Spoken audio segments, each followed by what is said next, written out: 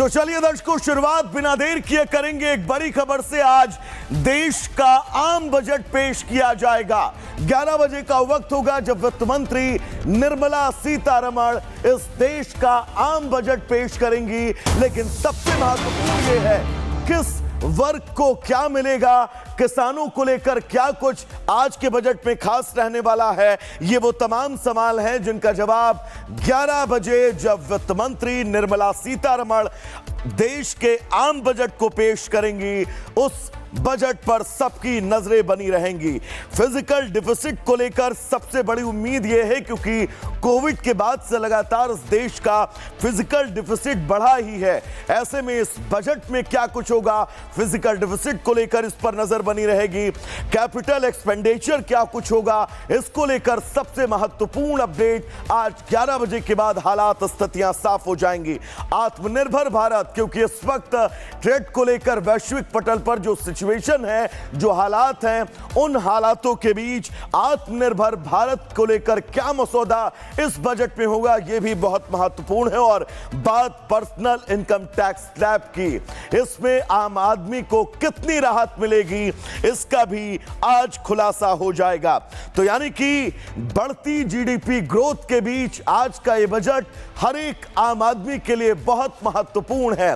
इस देश का आम बजट जिसको लेकर पूरी तैयारी कर ली गई है और 11 बजे का वक्त जब निर्मला सीतारमण आज देश का आम बजट पेश करेंगी। और दोस्तों, ये बजट खास क्यों है? क्योंकि वित्त मंत्री बतौर निर्मला सीतारमण ये नवा मौका होगा जब वो इस देश का आम बजट पेश करने वाली हैं। और जो सबसे महत्वपूर्ण बिंदु हैं, उन बिंदुओं में मिडिल वर्ग को कितनी राहत मिलेगी और इनकम टैक्स स्लैब क्या होगा, किसानों को लेकर क्या कुछ होगा, ये वो तमाम सवाल हैं जो आज देश भर के मन में एक बड़ा संशय पैदा कर रहे हैं। इस रिपोर्ट के जरिए आपको दिखाते हैं कि आखिर यह बजट आज का खास क्यों है।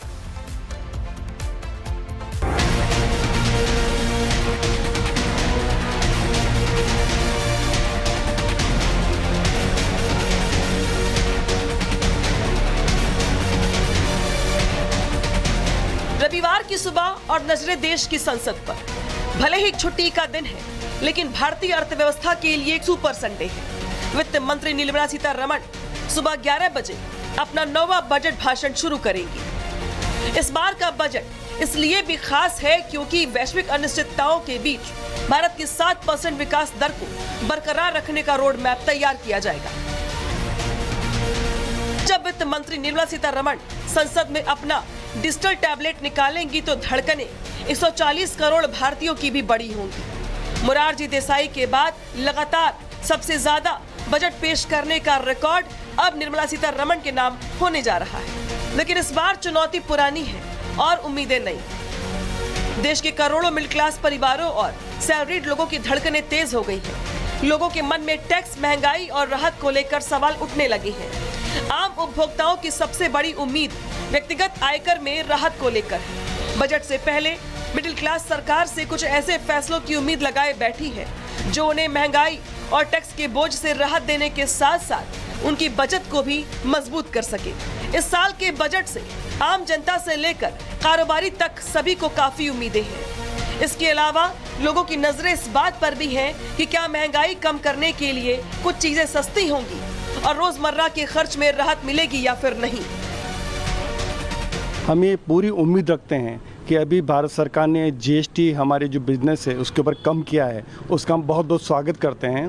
परंतु इसमें जो कॉस्मेटिक काफ़ी महंगा हो गया है और उसका रिएम्बर्स हमें नहीं मिलता है।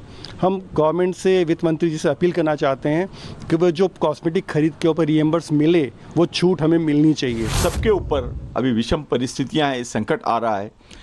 केंद्र सरकार इस परिस्थिति में व्यापारियों को राहत प्रदान करे, जो कस्टम है उसमें राहत दे, जीएसटी में राहत दे।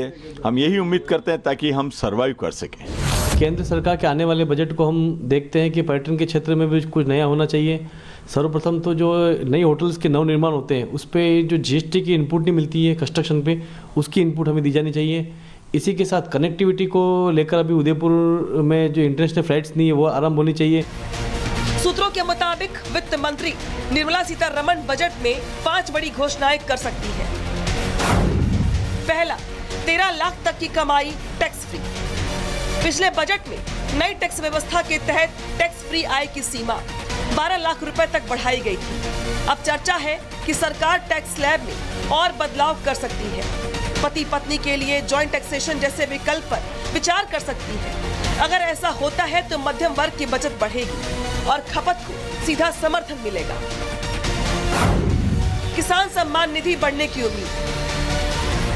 पीएम किसान सम्मान निधि योजना की राशि 6,000 से बढ़ाकर 9,000 रुपए सालाना हो सकती है। बीते 3 सालों से इसे बढ़ाने की बात हो रही है। देश के करीब 11 करोड़ किसान परिवारों को इसका फायदा मिलेगा।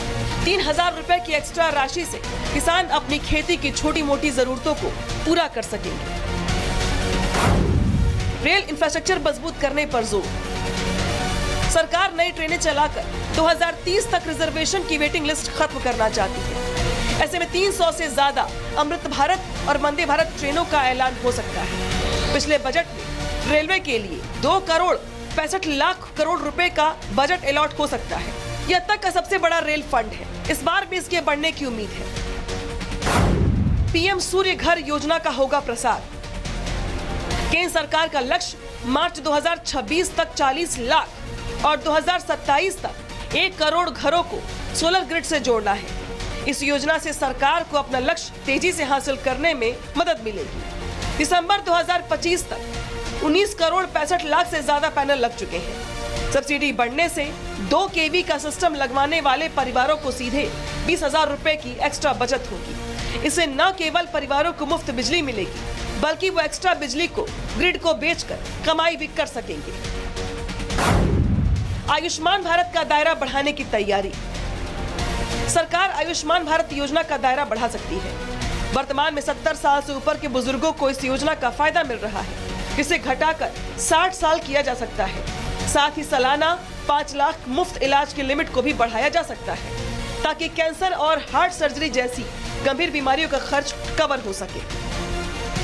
इसके अलावा मौजूदा स्थितियों को देखते हुए डिफेंस और एआई के बजट में भारी भरकम इजाफा होने की उम्मीद है। ऑपरेशन सिंदूर के बाद तो ये और भी जरूरी हो गया है। पड़ोस में परिस्थिति बनी हुई है, चाइना, पाकिस्तान, बांग्लादेश, और जो जियोपॉलिटिकल सिचुएशन बनी हुई है उसको देखते हुए जो 6,80,90,000 के बीच का पिछले साल का डिफेंस एलोकेशन था पिछले बजट का, उसमें मुझे पूरा इजाफा होने की उम्मीद नजर आ रही है। मुझे लग रहा है ये 7.5-8 लाख करोड़ तक जा चुका है। हमें ये भी नहीं भूलना चाहिए कि इस 6,80,90,000 में ज्यादातर खर्च सैलरीज और मेंटेनेंस में हो जाता है, जो केपेक्स और अपग्रेडेशन पे यानी मॉडर्नाइजेशन पे मात्र 1,90,000 होता है। मुझे लग रहा है वक्त आ गया है कि हमें केपेक्स पर यानी कि नए मिलिट्री इक्विपमेंट लेने पर खर्च बढ़ाना पड़ेगा। भारत के डिफेंस प्रोडक्शन भी इस समय 1.5 लाख करोड़ की है, परंतु ओवरऑल डिफेंस एलोकेशन बढ़ाने की जरूरत है। पिछले बजट में सरकार ने कृषि और एमएसएमई को भारत के पहले और दूसरे ग्रोथ इंजन बताया था। इस बार भी इन सेक्टरों पर खास ध्यान रहने की उम्मीद है। किसानों की आय बढ़ाने, ग्रामीण मांग को मजबूत करने और छोटे उद्योगों को सस्ता कर्ज देने जैसे कदम बजट 2026 का अहम हिस्सा हो सकते हैं। जनता की निगाहें अब पेश होने वाले बजट पर है। सिर्फ आंकड़ों का खेल नहीं है, बल्कि ये सरकार की नीयत और देश की अर्थव्यवस्था की नीयति तय करने वाला दिन है। बड़ा सवाल यही है कि क्या निर्मला सीतारमण चुनावी लोक लुभावन और कठोर आर्थिक फैसलों के बीच का रास्ता निकाल पाएंगी। Bureau report, Republic Bharat.